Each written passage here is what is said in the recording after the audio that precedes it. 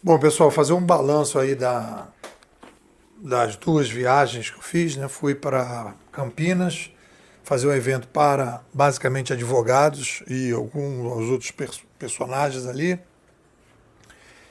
E o convite da Silva, agradeci a ela, distribuímos o livro e apresentamos, né? A ideia que está, o conceito narrativa é um conceito muito interessante.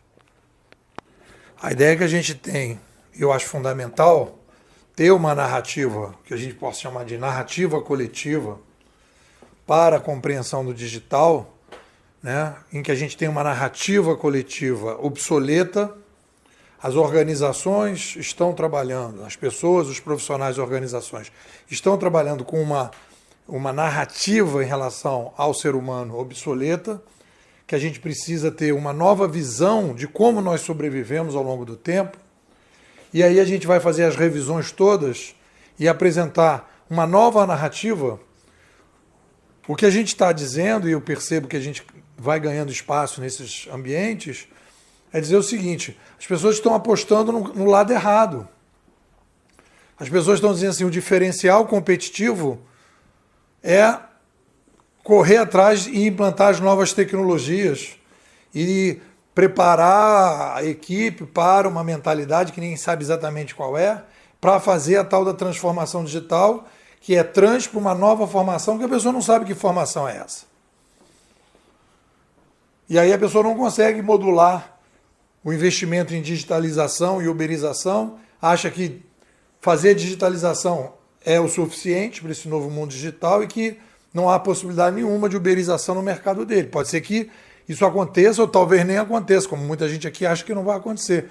Mas a possibilidade e a tentativa de fazer, tem gente que vai tentar. Então, qual é o diferencial competitivo de uma organização? É a narrativa. De uma pessoa, de um profissional, de uma organização, ter uma narrativa que seja uma narrativa que se aproxime dos fatos. E aí o que eu percebo, tanto em Campinas quanto em João Pessoa, e eu vou colocar aqui aos poucos todo o material para o pessoal sênior ouvir, né? Os seminários e tal, e hoje eu estou colocando a palestra de Campinas, para vocês escutarem, a narrativa é o diferencial competitivo. E existe um mercado hoje de narrativas. As pessoas não acordaram para isso ainda. Qual é a narrativa da sua empresa? Então a pergunta que a gente deveria fazer, qual é a narrativa da sua empresa em relação ao digital? Você está usando que autor? Não estou dizendo que vai usar o Nepomuceno, mas qual autor você está usando? Qual é a escola de pensamento que você está se baseando na sua narrativa em relação ao futuro? A pessoa vai fazer o quê? Elas não estão nem entendendo que precisam da narrativa. Ou elas estão adotando a narrativa meio barro, meio tijolo do que está aí.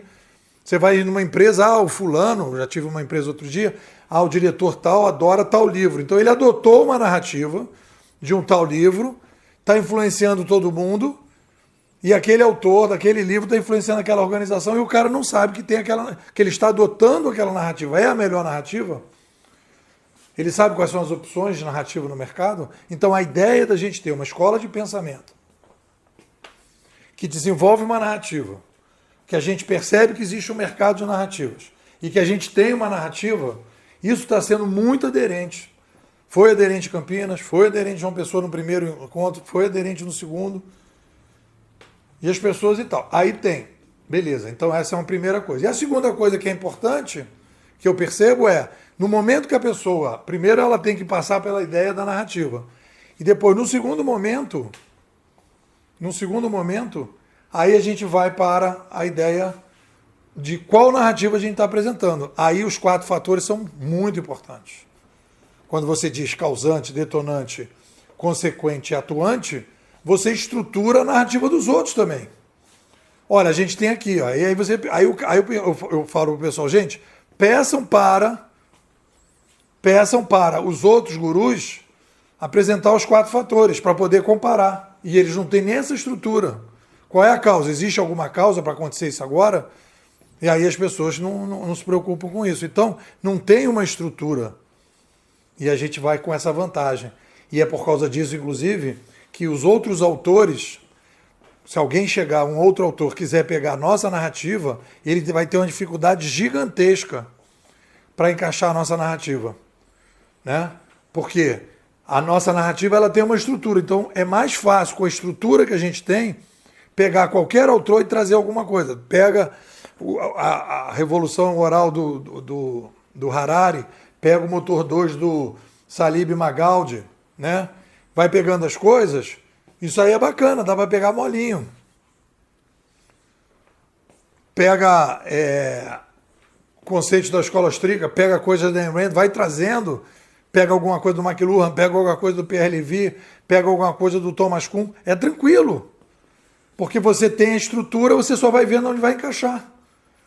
Agora, faz o contrário, quem não tem a estrutura. Então, quando a gente vai falar e quando a gente está vendo, a gente começa a ver que claramente a gente está em outro patamar. E é isso que eu acho que é a vantagem que eu tenho colocado para vocês. Existe uma oportunidade de ouro para o pessoal que está na escola, que está no Bimodal esse ano, que fez o curso, se candidatar para fazer curso, se candidatar para dar aula em pós, se candidatar para dar aula, né? Começar a escolher um nicho de mercado e colocar. As mentorias que eu estou fazendo estão caminhando nessa direção. E eu acho que vocês poderiam pensar bastante nisso aí. Bom, é isso. Boa semana para todo mundo e vamos enfrentar essa pandemia aí da melhor maneira possível. Um abraço. Você está ouvindo esse áudio, é que eu disponibilizei ele no segundo semestre. Esse áudio foi produzido no primeiro semestre para o grupo VIP da escola. Eu te convido para fazer a formação completa e vir para participar da nossa comunidade. Manda um zap, 21 99608 6422. Vou repetir, 21 99608 6422. Nepô, quero ser bimodal.